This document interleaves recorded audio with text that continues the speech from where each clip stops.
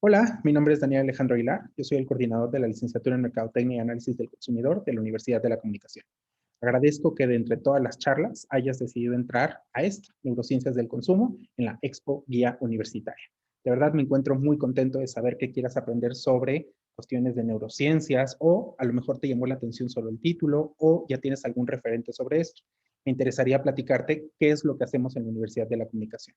Aparte de lo que te conté sobre que soy coordinador de la licenciatura en Mercadotecnia y Análisis del Consumidor, también dirijo la agencia interna de investigación de mercados, Resonar. En esta agencia realizamos ejercicios de neurociencias constantemente con distintas tecnologías. Te iré platicando sobre eso durante el ritmo de esta charla. No dudes en contactarnos si tienes alguna duda o si quieres saber algo más sobre los temas que voy a abordar. Con mucho gusto podemos hacer una cita y podemos platicar a profundidad acerca de esto. Voy a compartir mi pantalla y te voy a ir contando un poco de qué se trata esto. Un poco, mi intención es llevarte a lo largo de cómo llegamos a las neurociencias del consumo, no solo en la Universidad de la Comunicación, sino en el tema de investigación de mercados, marketing y además algunas otras aplicaciones que le damos en la industria de la comunicación. Lo primero que me gustaría hacer es contarte que neuroeconomía y neuromarketing no son las mismas cosas. Cuando hablamos de neurociencias de consumo, usualmente las personas piensan en neuromarketing. Y estos son conceptos que pueden parecerse, pero en realidad son distintos.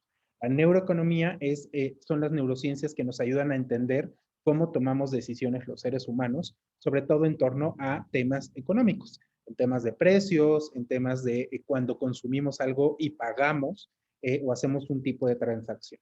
Este término estuvo por ahí en la década de los 90 y en el 2003 justo se crea toda la parte de la Sociedad de Neurociencias Económicas en Estados Unidos. Entonces, un poco tiene que ver con por qué la gente observa ciertos precios y le parecen más atractivos que otros, o este tipo de ejercicios en los que nosotros ponemos a las personas en contraste tres distintos escenarios y encontramos la razón de por qué eligen un escenario sobre el otro.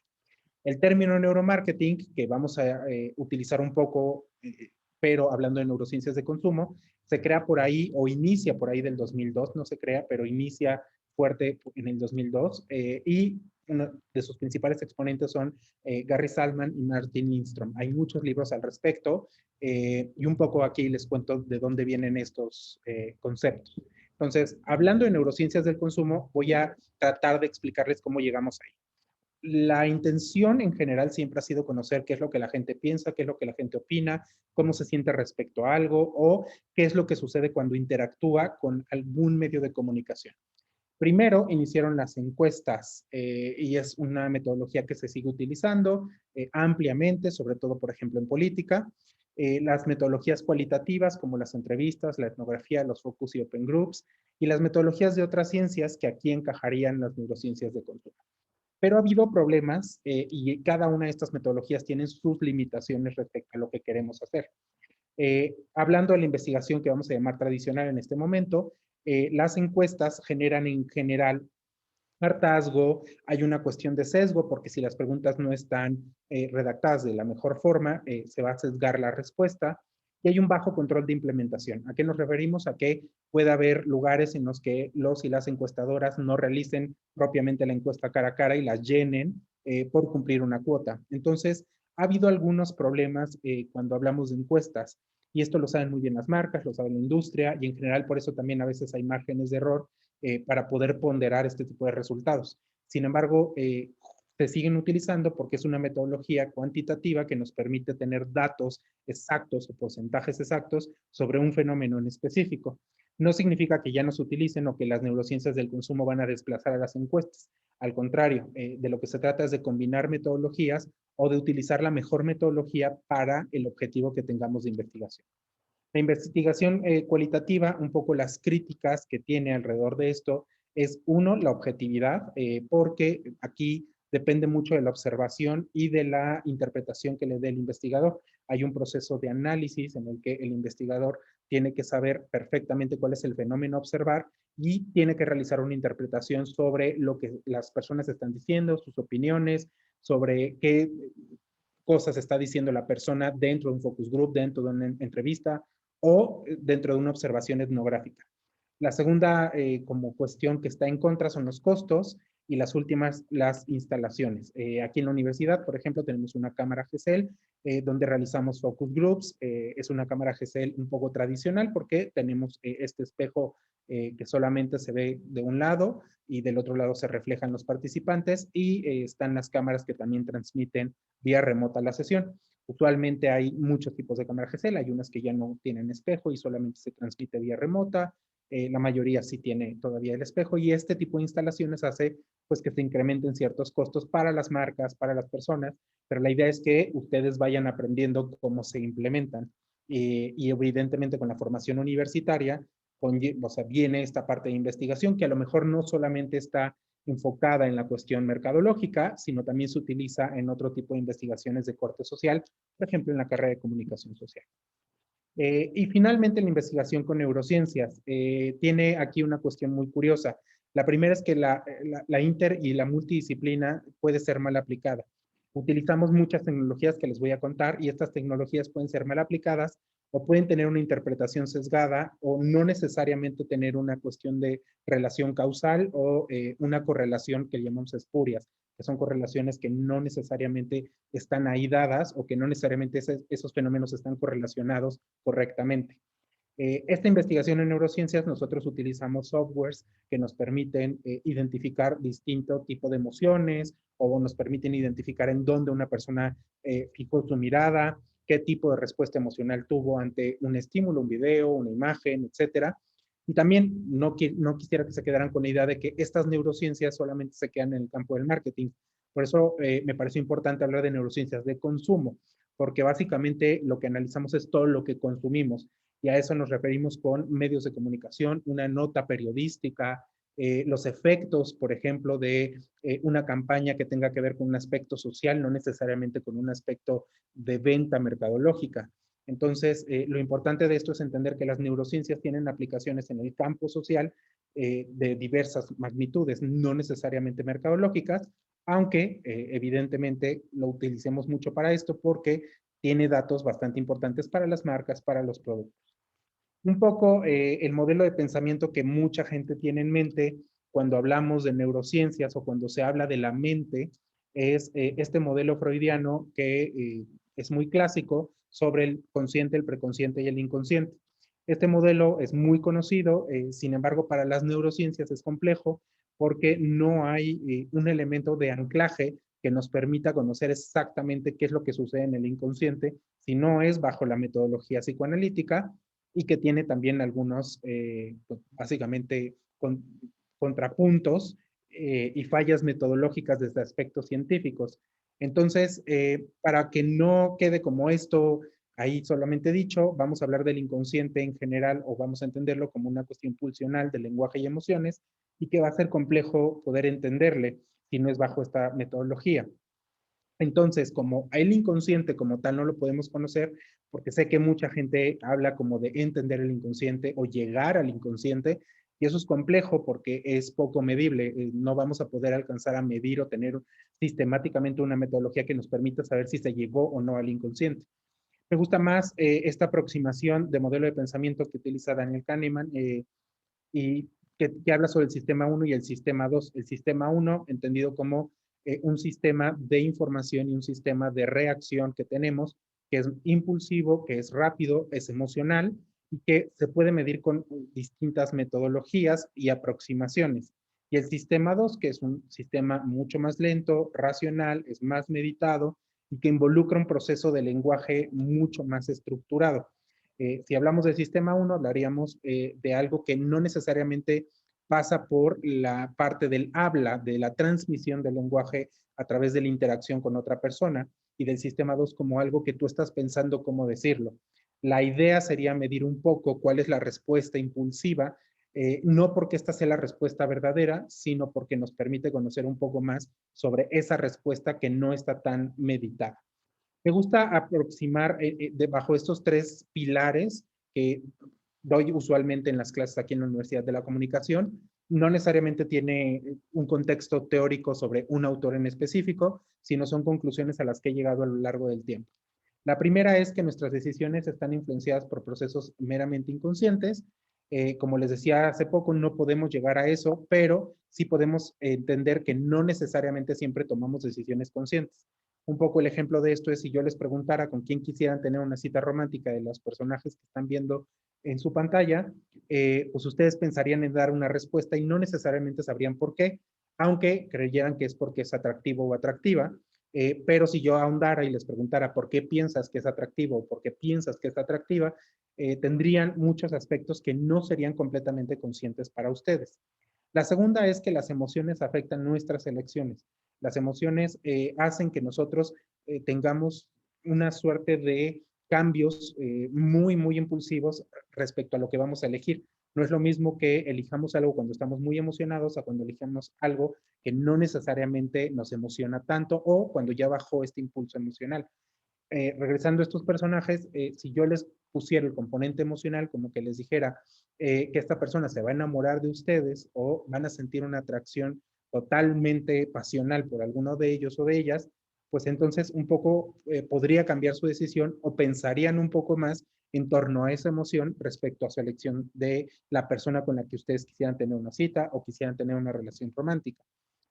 Y en general no soy tan absolutista, no tiendo a decir que esto es absoluto, que sí o no. Tomen este nunca como una cuestión, evidentemente, en la que hay excepciones a la regla, pero nuestras decisiones usualmente no las tomamos con toda la información completa. Tomamos decisiones aunque no tengamos toda la información. No conocen a ninguna de estas personas, no necesariamente saben qué es lo que sucede con cada uno de ellos o de ellas. Sin embargo, sí podrían responder quién les resulta atractivo, con quién quisieran tener una cita o qué sucedería si esa persona estuviera enamorado o enamorada de ustedes. Aunque no tengamos toda la información completa, en general solemos tomar una decisión en función de la poquita información que tenemos. Y esto sucede mucho, no solo en el campo, como les decía, del marketing, de la cuestión de los productos, sino sucede también muchísimo pues, en el campo social, ¿no? Hay una parte que me gusta explicar sobre algunos mitos que existen y que de hecho se siguen investigando y que no necesariamente porque ahorita diga que es un mito, a lo mejor probablemente después descubrimos que no necesariamente es así. Es muy curioso porque en temas de investigación, sobre todo que tengan que ver con el cerebro o con cuestiones muy emocionales, las cosas cambian no tan rápido como quisiéramos porque dependemos de la tecnología para poder estudiar este fenómeno. Pero de entrada, entender que hay funciones específicas y autónomas en los cerebros, que no existen funciones cognitivas avanzadas divididas. Usualmente la gente cree que un lado del cerebro es más creativo, otro lado es más racional, y lo utilizan esto como para tratar de entender que nuestro cuerpo, como lo domina una mano, por ejemplo, si yo escribo con la derecha, suele interpretarse como que soy más racional o que analizo más, etcétera, y no necesariamente hay una correlación exacta para esto. No existen funciones emocionales divididas, usualmente también se asoció como el cerebro de hombres, el cerebro de mujeres, o nuestro lado más emocional dependiendo del hemisferio con el que estuviéramos como realizando ciertas actividades. Y también que no haya un aspecto de género a nivel social que tenga una correlación directa con los hemisferios cerebrales. Usualmente también hay una cuestión ahí como de, bueno, en la cuestión de género a nivel social está muy relacionada a la biología cerebral y esto se sigue debatiendo. Entonces no hay una respuesta como saber, claro, el género está ahí. Un poco para explicar esto está el clásico efecto Stroop, que es que ustedes intenten en este momento, por ejemplo, leer el color con el que está escrito la palabra y no necesariamente la palabra. Si leemos la palabra va a resultar mucho más fácil, pero si leemos el color con el que está escrita la palabra, les va a resultar un poco más complicado por la cuestión de interconexión entre los hemisferios y por una cuestión de velocidad de procesamiento. Entonces, sí hay una cuestión de función autónoma cerebral, pero no es como que exista una función cognitiva avanzada que esté totalmente dividida. En general, los hemisferios pueden tomar las funciones que nosotros supondríamos que solamente tiene ese hemisferio. La gente usualmente cree que solo ese hemisferio tiene esa función y hay bastantes experimentos y estudios que nos permiten saber que hay personas que aún sin ese lado del cerebro, con ese lado del cerebro muy dañado, su otra parte cerebral comienza a tomar las funciones que tenía ese lado. Entonces, si quieren pueden ponerle pausa, intentar hacer este experimento del efecto Stroop para que vean cómo se puede dificultar leer el color y no necesariamente la parte. Un poco de las cuestiones emocionales divididas, Hay mucho sobre esto y me gustaría que si tienen curiosidad, indagaran en las charlas que hemos dado en la universidad o se inscribieran a alguno de nuestros proyectos académicos que tienen que ver con neurociencias para que conozcan un poco más sobre estos aspectos. Tenemos una parte de la respuesta emocional del lado izquierdo y del lado derecho tienen la parte de la cuestión de la recompensa y el castigo, un poco la estructura donde esto ocurre a nivel cerebral y podemos ver cómo la recompensa y castigo o las recompensas emocionales pueden estar totalmente en otro sitio y no necesariamente en el lado emocional. Por eso no necesariamente existe una función dividida. Y el aspecto de género, hay unos estudios bastante interesantes sobre cómo los hombres o las mujeres procesan distinto la información, pero esto es curioso porque estos estudios se realizaron en hombres y mujeres adultas que se identifican ya como hombres o como mujeres. Entonces, no podemos establecer una relación causal porque si ya es un hombre adulto que se identifica como hombre, va a ser complejo entender si su cerebro es la causa de que sea como es, o si el que es como es un resultado de que el cerebro sea de esa forma. Entonces, es complejo realizar este tipo de correlaciones y por eso la ciencia a mí me apasiona mucho, porque hay que observar un poco más allá. No necesariamente porque observemos un fenómeno y pueda tener una correlación, significa que es causal y que exactamente eso es así. Entonces, estos estudios hay que tomarlos con pinzas porque hay que darnos cuenta si estamos estudiando el fenómeno al que queremos llegar y muchas veces no sé, las notas o los periódicos o los medios de comunicación toman ciertos tipos de estudios y les dan aproximaciones que no necesariamente tienen que ver con lo que queremos estudiar. En este caso, no sabemos si realmente los cerebros de las mujeres que se identifican como mujeres son directamente relacionados a que sean mujeres, a que su cerebro era así, o su cerebro fue adaptándose gracias a que se fueron identificando como mujeres. Entonces, esto es una cuestión ahí compleja. Y era un poco lo que les decía, la casuística y la causalidad, hay que tener cuidados con ellos porque podemos encontrar un fenómeno donde no hay. Y hay una frase que me gusta utilizar mucho, que es que cuando la gente aprende a usar un martillo, a todo le ve cara de clavo. Entonces hay que tener cuidado. Las cuestiones teóricas son nuestro mapa, no es el territorio. Entonces hay que tener mucho cuidado con cuando aprendemos a usar algo, no querer ver todo bajo esa misma lupa. Aquí les pongo una cuestión bien curiosa sobre cómo de lo efímero pasamos a lo mental. Lo efímero entendido como una cuestión que no necesariamente podíamos explicarles a las marcas. 50% de los usuarios nos prefieren, 50% de los usuarios dicen amar la marca, 50% de los usuarios están dispuestos a comprar. Usualmente en esta parte pregunto cuál de los tres sería la mejor respuesta o la respuesta que más les convendría a ustedes o a su producto, o a ustedes en caso de ser estudiantes o futuros estudiantes, cuál sería lo que ustedes creen que tiene que ver más en relación a lo que podría interesarle a una marca. Y yo les diría que hay que tener cuidado, como les dije antes, no necesariamente una es la mejor, responden objetivos distintos. Si mi objetivo es que me prefieran, necesito la primera. Si mi objetivo es que la gente conecte con mi marca, la mejor es la segunda. Si necesito que la gente me compre, la mejor es la tercera. Entonces, hay que tener cuidado con eso. Y lo único que cambia en neurociencias es que pasamos de lo mental a lo fisiológico, que ahora lo que podemos decir como la gente nos ama, pues ahora podemos hablar de actividad cerebral positiva frente a una marca o una escala positiva en relación a las emociones.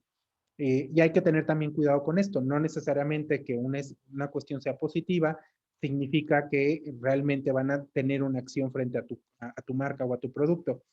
Y esto es relacionado, por ejemplo, hubo un estudio hace tiempo de notas de periódico que tenía que ver con que por ejemplo, estar en el celular, activaba las mismas zonas que las personas que consumían cocaína. Y entonces había titulares como, usar tu celular es igual que consumir cocaína, y no tiene que ver con eso. Eso es una correlación espuria o eso es una cuestión editorial que no tiene una base sólida sobre el estudio. No se estudió si la cocaína y el cerebro frente al celular tenían una relación totalmente directa y que era exactamente lo mismo hacerlo. Solo hay un hallazgo que nos dice que al parecer se activa en las mismas zonas, pero eso no significa que sea exactamente lo mismo o que el fenómeno sea exactamente el mismo. Vamos a pasar a la parte de las tecnologías, un poco lo que les contaba. ¿Qué utilizamos para entender en neurociencias de consumo que una persona sintió una emoción y no otra? El primero son las reacciones faciales, toda la parte de la expresión y de las microexpresiones. Hay softwares que permiten identificar cuáles son las microexpresiones que las personas están teniendo. Por microexpresiones vamos a entender que son expresiones momentáneas, no necesariamente son macro, es decir, que son muy evidentes y que usualmente surgen cuando vemos una cuestión de manera inmediata. Un poco para entender esto es, hay expresiones involuntarias y expresiones faciales voluntarias. Lo que se está tratando de medir con esto son las expresiones involuntarias que tenían que ver con, evidentemente, la parte de la amígdala, que usualmente no necesariamente controlamos 100%. Si hablamos de una escala o de entender por qué ocurren, pues ocurren por una serie de procesos que tienen que ver desde lo cerebral hasta la parte muscular, que es la que nos permite mover nuestro rostro.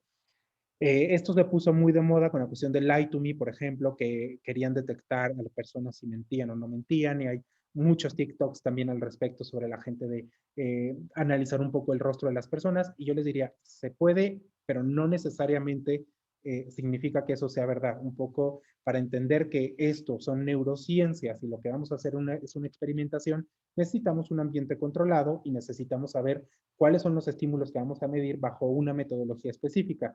No es que podamos agarrar a cualquier persona y ponerla frente a un estímulo, ponerla sin un estímulo frente a algo que está diciendo en su vida cotidiana y tratar de entender qué es lo que está sintiendo, porque eso es un poco más complejo.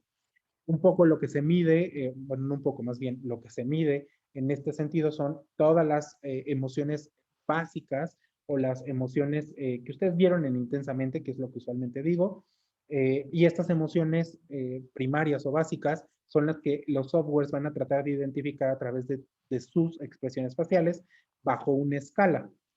Esa escala nos permite identificar si está siendo muy alta la relación de la microexpresión frente a ese estímulo o está siendo muy baja. Y nos va a permitir identificar si esa microexpresión está relacionada con el enojo, con la sorpresa, con la tristeza, con la felicidad. Ahora, ¿significa exactamente que esa persona lo está sintiendo? No necesariamente, pero sí nos permite tener una aproximación cercana a qué tipo de emoción estaba vivenciando ese sujeto o esa sujeta de estudio frente a un estímulo específico. Y para eso hay que hacer también protocolos para entender en qué momento vamos a medir una expresión. Me gusta también mucho la hipótesis de la retroalimentación facial, que nos dice que las expresiones faciales influyen en los estados emocionales de las personas, sobre todo la sonrisa, que es un fenómeno aprendido socialmente y tiene que ver con esta cuestión de que se contagia, usualmente porque nos enseñaron a sonreír desde bebés, ¿no? Y al parecer, desde esta hipótesis, nos dice que justo las expresiones faciales, como en el cine, como en los audiovisuales que hemos visto en muchas plataformas, hacen que nosotros nos mueva emocionalmente, no solo por lo que estamos viendo frente al fenómeno de la historia que nos está contando, sino porque también las expresiones faciales nos permiten a nosotros entender ese estado emocional y colocarnos en ese estado emocional. La segunda cosa la tecnología, no es cosa, perdónenme, la segunda tecnología que se utiliza en neurociencias de consumo y que utilizamos en la Universidad de la Comunicación es la respuesta galvánica de la piel. Y por ahí les puse, sí, no creo que les conozcan si son muy jóvenes, pero probablemente si no son tan jóvenes, conozcan esta película que es Meet the Fockers, donde le colocaban un polígrafo y hay una parte que mide qué sucede en la piel. Aquí colocamos unos electrodos o algo parecido a unos electrodos que nos permite identificar varias cosas que son importantes. Básicamente, las tres más relevantes es el tiempo de respuesta, el tiempo de elevación y el tiempo de recuperación. ¿A qué nos referimos? Con la respuesta emocional. La respuesta galvánica de la piel nos permite identificar si una respuesta emocional está ocurriendo dentro del cuerpo de una persona o no está ocurriendo. Y el tiempo de respuesta es frente al estímulo, qué tanto se tardó un sujeto a que su piel nos dijera que está teniendo una respuesta emocional. El tiempo de elevación es qué tanto se tardó en elevar y el tiempo de recuperación es cuánto tardó en bajar esa respuesta emocional que el sujeto o la sujeta estuvo teniendo frente a este estímulo. Un poco lo que hacemos en la universidad tiene que ver con estos ejercicios donde colocamos videos y ustedes están viendo dos franjas. La franja naranja nos va a permitir observar en dónde existieron este tipo de respuestas emocionales en los sujetos o en las sujetas que estuvieron viendo este video y así poder entender si hubo fragmentos en ese video que tuvieron una respuesta emocional más alta o más baja en distintos momentos viendo este video. ¿Okay? La otra tecnología que utilizamos es eye tracking. El eye tracking nos permite identificar en dónde una persona colocó la mirada.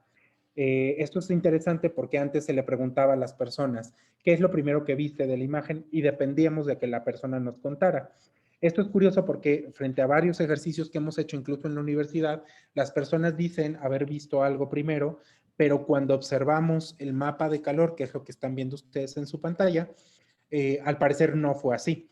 Aunque las personas creamos que observamos algo, a veces sucede que decimos lo último que recordamos o aquello que nos llamó más la atención o aquello que nos saltó completamente del fenómeno que estábamos teniendo de atencional.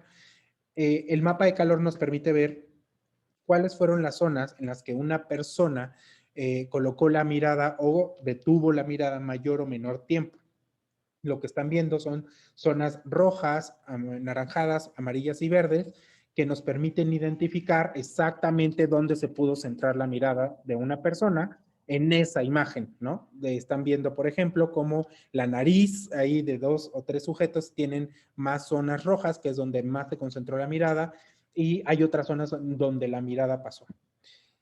Un poco para que vean cómo se ve el fenómeno de las miradas cuando las personas están viendo. Les voy a colocar rapidísimo un video que no dura nada, dura muy poco, porque son pocos segundos, pero están viendo ahí cómo los puntitos pasan de un lado a otro y cada puntito representa a una persona.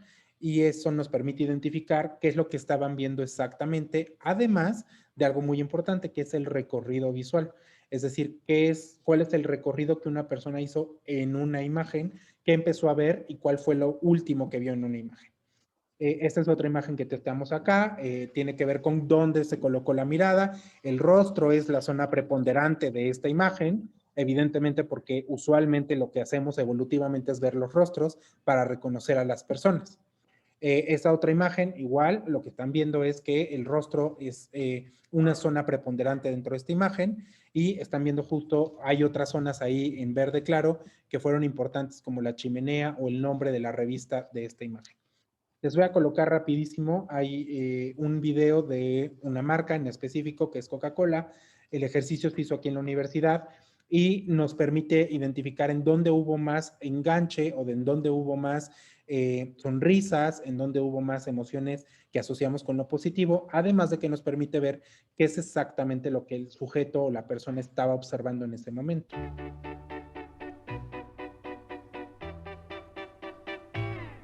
Come prima, più di prima, t'amerò.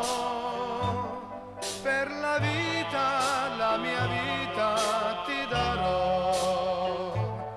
Sembra un sogno rivederti, accarezzarti, le tue mani fra le mani stringere ancora.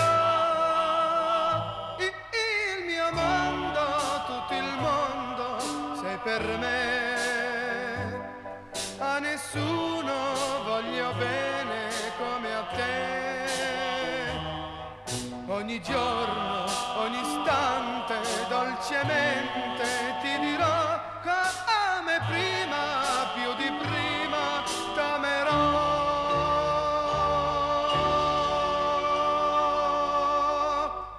Observaron varias situaciones dentro de este video y lo más interesante es ver, por ejemplo, cómo hay respuestas emocionales muy altas cuando observaron que el sujeto también estaba viendo a este trabajador que está dentro de la escena del comercial y también justo cuando ocurre toda esta pelea entre ellos dos por llevarle la Coca-Cola al sujeto y finalmente el cierre que es descubrir a este personaje que se asocia con una mamá dentro de esta escena. Y entonces podemos desde esto hacer versiones un poco más cortas de este comercial o identificar cómo sí hubo una respuesta emocional y si hubo una cuestión de diversión incluso frente a esto sin que las personas nos lo digan, sino simplemente con la medición que estamos haciendo con la tecnología. Otro tipo de tecnologías que utilizamos en neurociencia son la electroencefalografía y la respuesta funcional magnética. la resonancia, perdón, funcional magnética, no es respuesta. En lo que utilizamos en la universidad es la electroencefalografía, que son unos electrodos que se colocan básicamente en el cuero cabelludo y que nos permiten identificar la actividad eléctrica cerebral. La resonancia funcional magnética no se realiza en la universidad, usualmente se realiza en pocos lugares porque requieren pues una instalación específica para poder meter a las personas dentro del aparato que realiza la resonancia y es muy costoso. Aunque hay libros de Martin Lindstrom donde sí utiliza la resonancia funcional magnética, que lo que permite es ver la actividad cerebral en tiempo real frente a ciertos fenómenos. ¿Cuáles son algunos de los problemas de neurociencias de consumo? Porque al parecer yo les dije y les conté cosas de tecnología muy maravillosa que probablemente pareciera que es así como el futuro ahora o que básicamente resuelve todos los problemas para poder entender a las personas. No es así, hay problemas. Lo primero es algo bien interesante, las imágenes del cerebro tienen una influencia bastante persuasiva en la comunidad de investigadores de neurociencias cognitivas.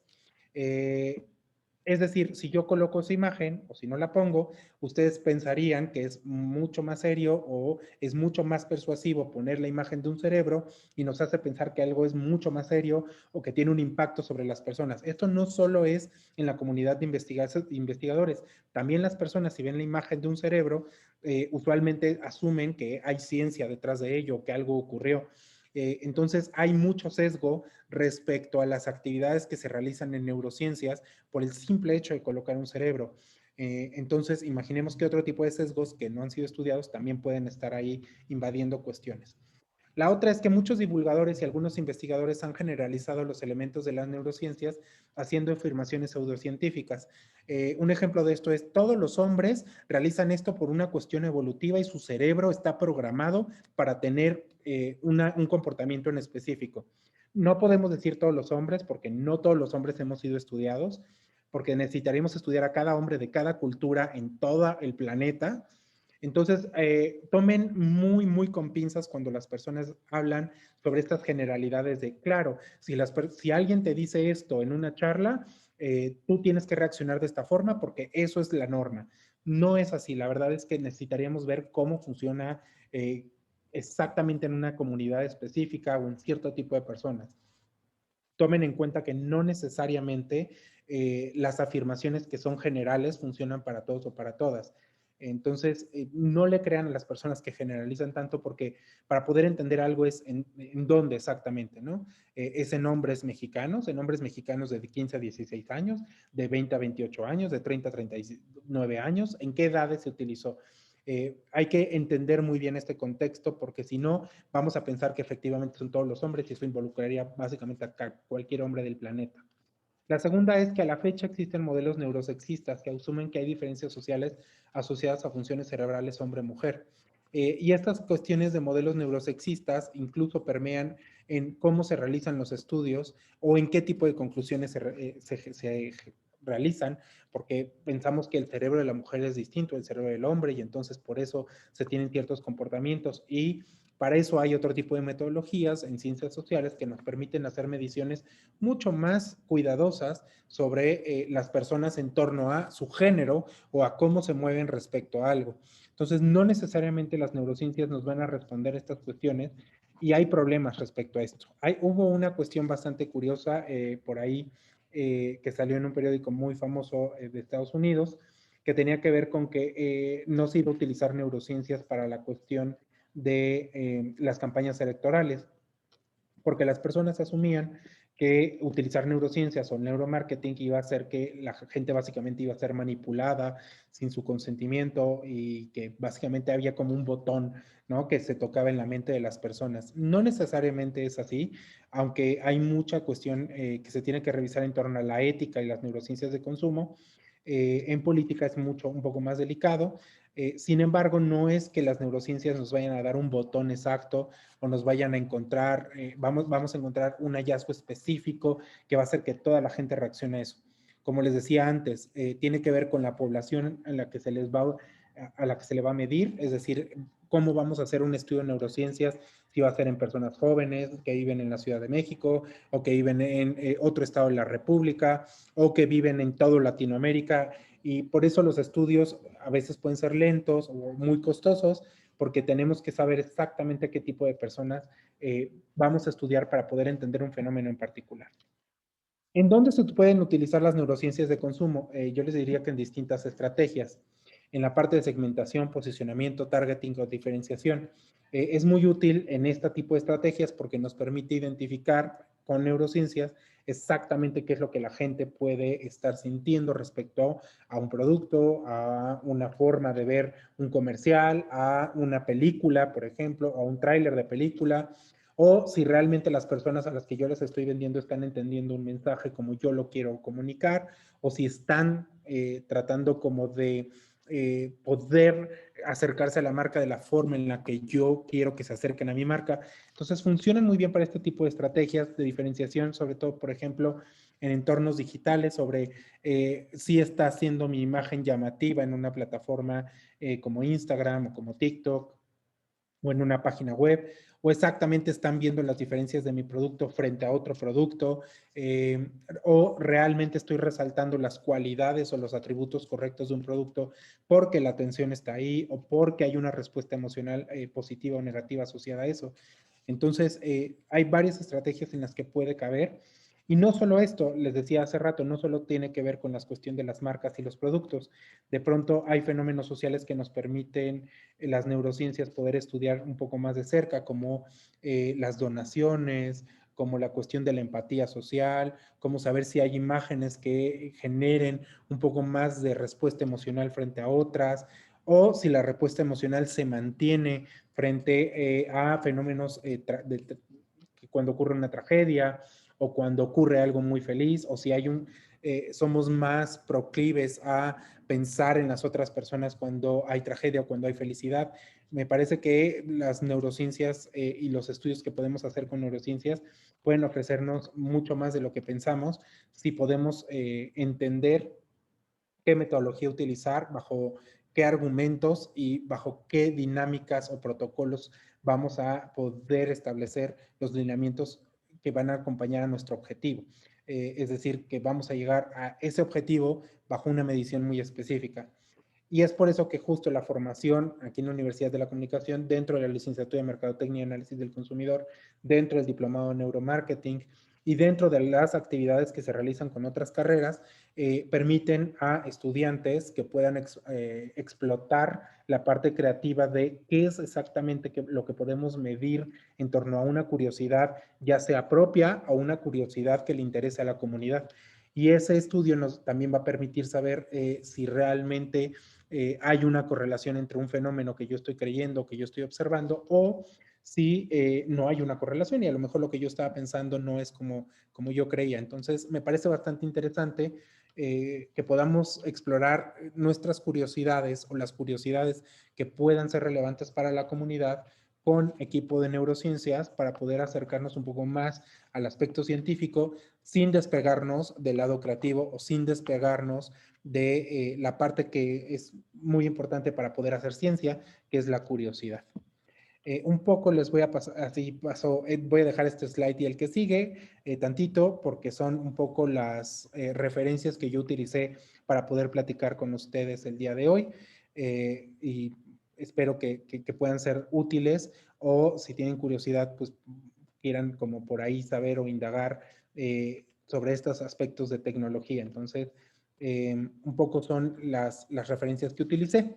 Vamos a una parte bastante interesante y es que espero que puedan tener la curiosidad suficiente para acceder con su celular. Escaneen este código QR y los va a llevar a un ejercicio con un software que utilizamos aquí en la Universidad de la Comunicación.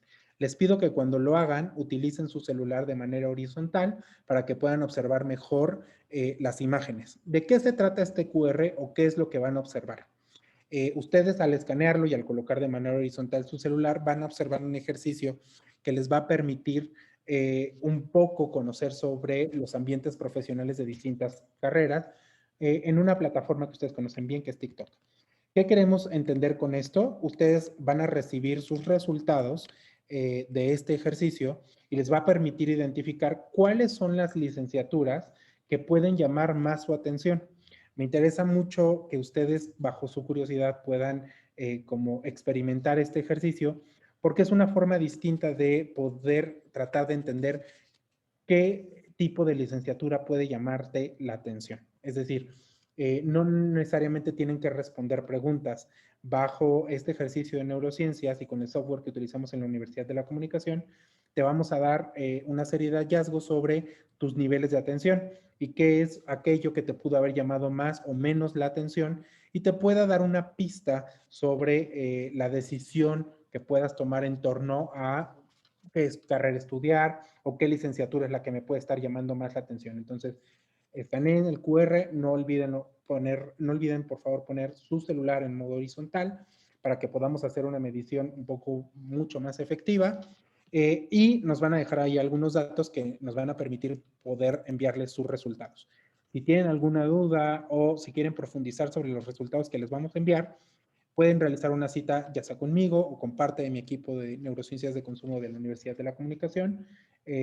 Y con gusto, pues evidentemente les vamos a explicar de qué se trata, cómo lo hicimos, un poco también de qué es lo que hay atrás de este ejercicio.